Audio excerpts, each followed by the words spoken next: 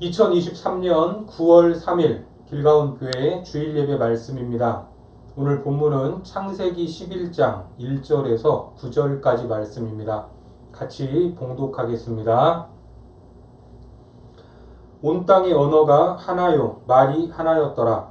이에 그들이 동방으로 옮기다가 시날 평지를 만나 거기 거류하며 서로 말하되 자 벽돌을 만들어 견고히 굽자 하고 이에 벽돌로 돌을 대신하며 역청으로 진흙을 대신하고 또 말하되 자 성읍과 탑을 건설하여 그 탑 꼭대기를 하늘에 닿게 하여 우리 이름을 내고 온 지면에 흩어짐을 면하자 하였더니 여호와께서 사람들이 건설하는 그 성읍과 탑을 보려고 내려오셨더라. 여호와께서 이르시되 이 무리가 한 족속이요 언어도 하나이므로 이같이 시작하였으니 이후로는 그 하고자 하는 일을 막을 수 없으리로다. 자 우리가 내려가서 거기서 그들의 언어를 혼잡하게 하여 그들이 서로 알아듣지 못하게 하자 하시고 여호와께서 거기서 그들을 온 지면에 흩으셨으므로 그들이 그 도시를 건설하기를 그쳤더라. 그러므로 그 이름을 바벨이라 하니 이는 여호와께서 거기서 온 땅의 언어를 혼잡하게 하셨음이니라. 여호와께서 거기서 그들을 온 지면에 흩으셨더라. 오늘은 무너져야 할 것과 쌓아 올려야 할 것이라는 제목으로 하나님 말씀 전하겠습니다. 이 세상 사람들을 두 부류로 나누는 다양한 기준이 있습니다. 대표적으로 남자와 여자로 나눌 수 있고 각자의 가치관에 따라 성공한 사람, 실패한 사람 등 이런저런 가치와 기준으로 나눌 수 있을 겁니다. 특별히 오늘 본문을 통해서 세상 사람들을 두 부류로 나눈다면 무너져야 할 것을 쌓는 사람과 반드시 쌓아야 할 것을 쌓는 사람 이렇게 나눌 수 있습니다. 그렇다면 무너져야 할 것은 무엇이고 반드시 쌓아야 할 것은 무엇인가?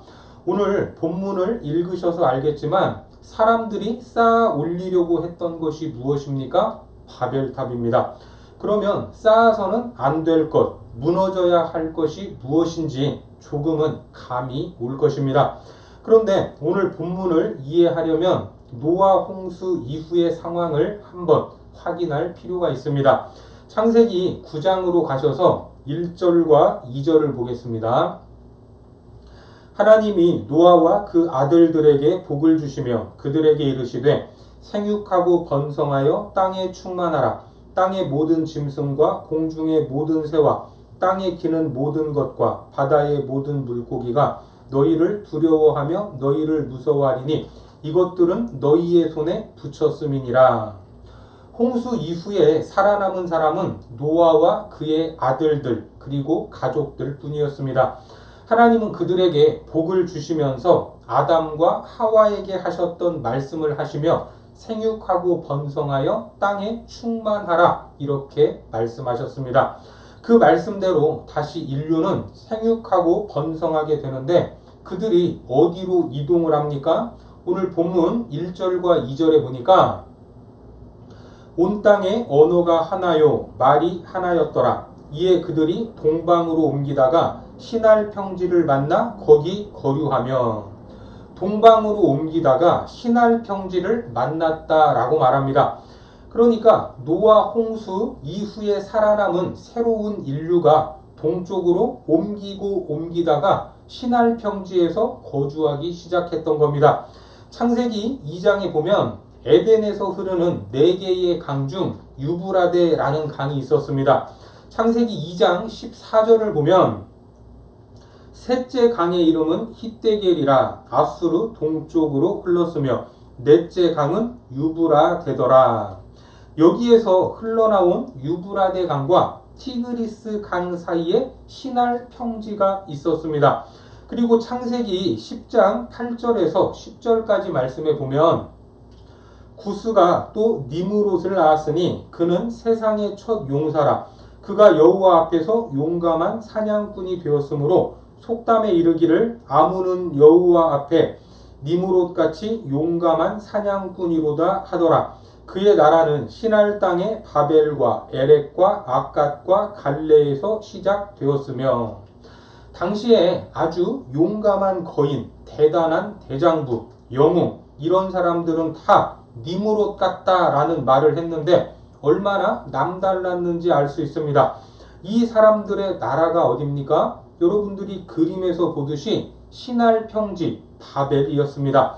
그러니까 시날 평지는 남부 메소포타미아 지역으로 바벨론 제국에 근접했고 그 아래에는 우르, 아브라함이 부름을 받은 곳인 갈대아 우르가 있었던 겁니다. 지금은 이 지역에 이라크라는 나라가 있습니다. 이처럼 노아의 후손들 새 인류는 시날 평지를 만나고 보니까 그 땅이 욕심이 났던 것입니다. 왜 그랬을까? 강이 양쪽으로 흐르고 있고 평지에다가 비옥하고 환상적인 땅이었기 때문입니다. 그래서 그들이 거기에 거류하게 된 겁니다. 누구나 그렇지만 한 가정을 이루고 살려면 가장 필요한 것이 무엇입니까? 집입니다. 우리도 가정을 이루면 가장 먼저 내 집을 마련하는 것이 목표가 아닙니까? 그들도 주거지를 잘 준비하는 것이 꿈이었는데 처음에는 천막을 치고 좀 더 나아가서 나무로도 집을 지어보고 돌을 가져다가 쌓아보기도 했지만 바람이 불면 날아가고 비가 새기도 해서 불편하기 짝이 없었습니다. 그러다가 무엇을 발명하게 됩니까? 바로 벽돌이었습니다. 본문 3절 말씀에 보면 서로 말하되 자 벽돌을 만들어 견고히 굽자 하고 이에 벽돌로 돌을 대신하며 역청으로 진흙을 대신하고 여러분 지금이야 건축 기술이 워낙 발달해서 벽돌도 별 보잘것이 없지만 당시 벽돌의 발명은 획기적인 것이었습니다. 일단 벽돌은 규격이 같다는 장점이 있죠. 그래서 레고 블록 하나만 놓고 보면 별것 아닌 것 같지만 같은 모양의 블록으로 별의 별것을 다 만들어낼 수 있습니다. 건물은 물론 자동차도 만들고 배도 만들고 비행기도 만들고 심지어는 동물도 만들어낼 수 있습니다. 서로 이가 맞도록 규격이 같기 때문입니다. 이처럼 당시의 벽돌은 인류의 역사를 바꿨던 전기를 이용한 사건, 반도체를 개발한 사건만큼이나 문명사의 한 획을 그을 만한 획기적인 일이었던 겁니다. 그 벽돌로 집을 만들기 시작했고 주거 문화가 아주 편하게 발전했습니다. 얼마나 좋습니까? 그런데 인류는 집으로 만족하지 못하고 무엇을 생각해냅니까? 탑을 쌓기 시작했던 겁니다. 본문 4절을 보겠습니다. 또 말하되 자 성읍과 탑을 건설하여 그 탑 꼭대기를 하늘에 닿게 하여 우리 이름을 내고 온 지면에 흩어짐을 면하자 하였더니 고대 역사를 기록한 여러 문헌에는 사람들이 탑을 쌓았다라는 기록들이 나오는데 오늘 본문에서 사람들이 탑을 쌓은 목적에 주목할 필요가 있습니다. 첫 번째 이유가 무엇입니까? 우리 이름을 내자는 것입니다. 어떻습니까? 사람은 벽돌 한 장만 발명을 해도 자기 이름을 내려는 존재입니다. 자기 이름을 내기 위해서 탑을 쌓아 올리자는 겁니다. 이 말은 우리 스스로 창조주가 되자라는 말과 같습니다. 이사야 43장 7절에 보면 내 이름으로 불려지는 모든 자 곧 내가 내 영광을 위하여 창조한 자를 오게 하라. 그를 내가 지었고 그를 내가 만들었느니라. 이 말씀대로라면 원래 인간들은 하나님의 이름으로 불리는 존재여야 합니다. 그렇죠? 결국 창조주이신 하나님이 아니라 자기들의 이름을 내려는 것은 하나님을 지우려는 것과 같다는 겁니다. 우리들은 우리 스스로 이름을 낼 수 있는 그런 존재가 아닙니다.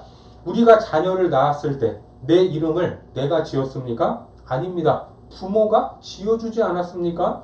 자기 이름을 스스로 짓는 사람은 없습니다.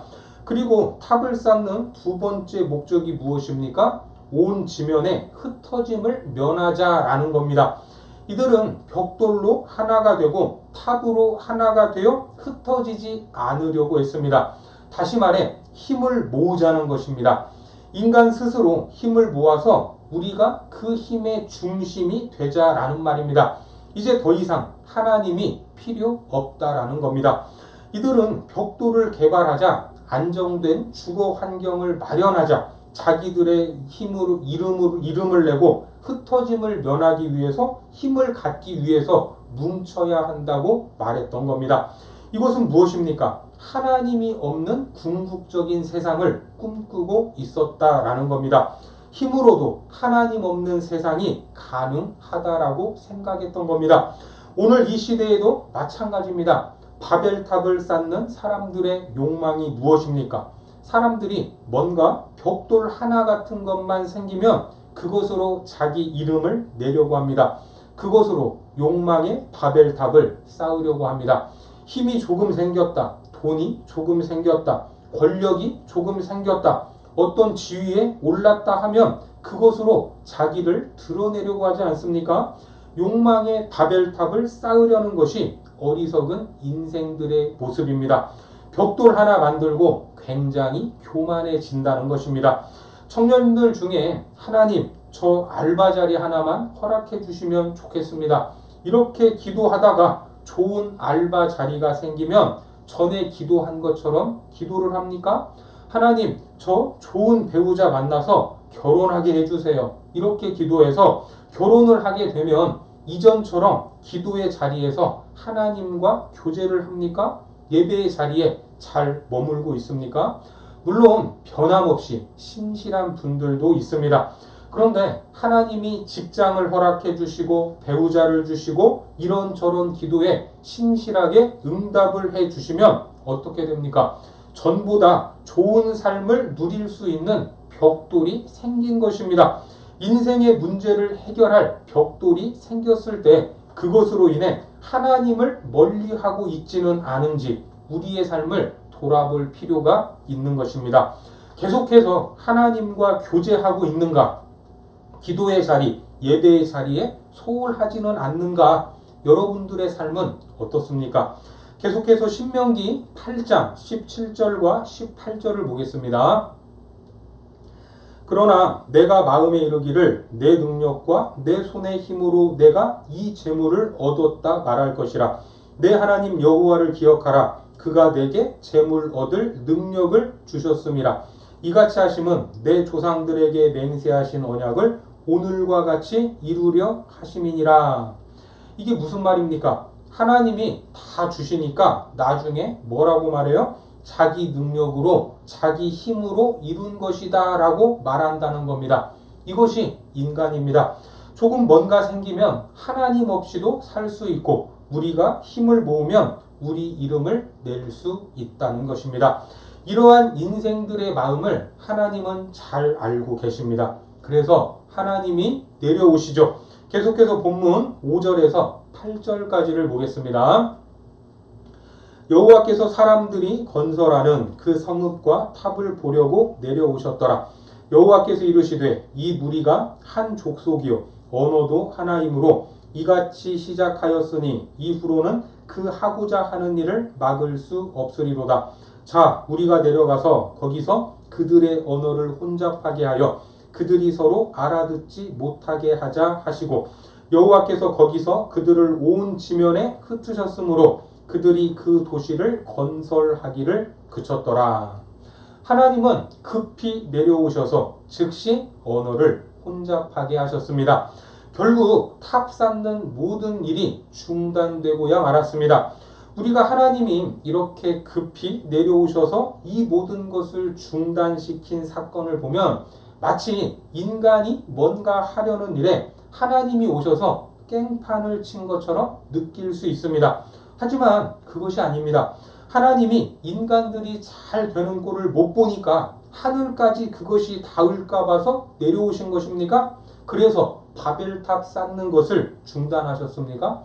하나님이 즉시 오신 이유는 인간의 실수를 보고 그들을 구원하시기 위해 오셨던 겁니다. 인생들을 망하게 하는 바벨탑, 그것이 완성되면 망하기 때문입니다. 내 욕심대로, 내 욕망대로 모든 것이 잘 되면 그것이 망하는 길이기 때문입니다. 때로 우리가 하는 일이 안 되고 어그러지는 것이 하나님의 은혜일 수 있음을 믿으시기 바랍니다. 바벨탑을 중단하는 것, 내 이름을 내고 내 욕망을 내는 것을 중단하는 것이 하나님의 사랑이요 은혜인 것입니다. 하나님이 없는 바벨탑, 그런 인생에 힘이 생기면 그것은 저주밖에 될 수 없다 하는 것을 알아야 합니다. 그래서 바벨탑의 중단은 엄청난 은혜였습니다. 하나님이 인생들이 잘 되는 것을 못 봐서 이를 엎은 것이 아니라 은혜입니다. 그리고 지금도 이렇게 역사하실 때가 있다는 것입니다. 내 명예, 내 이름, 내 욕망의 바벨탑을 쌓아 올릴 때 너 그거 완성되면 인생 끝이다 라고 하시면서 흩어버리는 것입니다. 그때 우리는 얼마나 원망을 하고 좌절을 하고 하나님께 화를 내겠습니까? 하지만 훗날 그것이 감사한 일이다 라는 것을 알게 될 것입니다. 지금도 우리는 뭔가 힘만 생기면 쌓아 올리려고 합니다. 그것이 쌓이지만 우리는 예배의 자리에 있지 않을 것입니다. 하나님을 찾지도 않을 것입니다. 오히려 하나님 없이도 이제는 잘 살 수 있다. 이렇게 큰 소리 치게 될 것입니다. 그래서 바벨탑은 세워질 것이 아니라 무너져야 은혜인 것입니다. 그때 그 사람을 놓쳤던 것, 그때 그 사업이 망한 것이 지금 은혜가 된다는 겁니다. 이처럼 창세기 11장에서 바벨탑을 쌓는 일들은 언어가 혼잡스럽게 되면서 모조리 중단되고야 말았습니다. 그리고 창세기 12장에서 여인의 후손으로 구속의 역사를 이어갈 아브라함을 부르시는데 이 아브라함이 한 일이 무엇인지 주목해 보시기 바랍니다. 창세기 12장으로 가셔서 7절과 8절을 보겠습니다. 여호와께서 아브라함에게 나타나 이르시되 내가 이 땅을 내 자손에게 주리라 하신지라. 자기에게 나타나신 여호와께 그가 그곳에서 제단을 쌓고 거기서 베델 동쪽 산으로 옮겨 장막을 치니 서쪽은 베델이요 동쪽은 아이라. 그가 그곳에서 여호와께 제단을 쌓고 여호와의 이름을 부르더니. 아브라함은 무엇을 쌓았습니까? 제단을 쌓았던 겁니다. 여러분, 이 제단을 쌓는다는 것, 그것이 어떤 의미가 있습니까? 이 제단은 출애굽기에서 성막이 됩니다. 출애굽기 25장 22절에 거기서 내가 너와 만나고 속죄소 위 곧 증거계 위에 있는 두 그룹 사이에서 내가 이스라엘 자손을 위하여 내게 명령할 모든 일을 내게 이르리라. 그리고 이후에 솔로몬에 의해서 성전으로 만들어집니다. 열왕기상 6장 38절입니다. 그 설계와 식양대로 성전 건축이 다 끝났으니 솔로몬이 7년 동안 성전을 건축하였더라. 그리고 신약으로 넘어와서 마가복음 14장 58절에 보시면 우리가 그의 말을 들으니 손으로 지은 이 성전을 내가 헐고 손으로 짓지 아니한 다른 성전을 사흘 동안에 지으리라 하더라 하되. 이 말씀은 예수님이 십자가에 죽고 사흘 만에 부활하셔서 성전을 세울 것이다 라고 하셨던 말인데 그 성전이 결국 무엇으로 연결이 됩니까? 고린도전서 3장 16절에 보면 너희는 너희가 하나님의 성전인 것과 하나님의 성령이 너희 안에 계시는 것을 알지 못하느냐. 이 성전이 바로 저와 여러분들입니다. 너희는 하나님의 성전인 것을 알지 못하느냐. 그러니까 제단을 쌓는 것은 복음을 전해서 영혼을 구원하는 것입니다. 그 제단을 쌓는 이유는 쌓는 방법은 복음입니다. 예수님이 십자가에서 죽고 부활하심으로 그가 구주가 되셨고 천국 열쇠를 주셨고 내가 지은 성전을 너희도 똑같이 지으라는 것입니다. 우리는 왜 복음을 전해야 합니까? 복음을 전해서 그를 구원할 수 있고 예배자로 세울 수 있고 성전으로 세울 수 있기 때문입니다. 세상은 벽돌만 가지고 있어도 자기들의 이름을 위하여 욕망을 위하여 쌓아 올리지만 우리는 무엇을 제단을 쌓아야 하는 것입니다. 이것이 예수님의 길이요 우리가 가야 할 길이다라는 것을 믿으시기 바랍니다.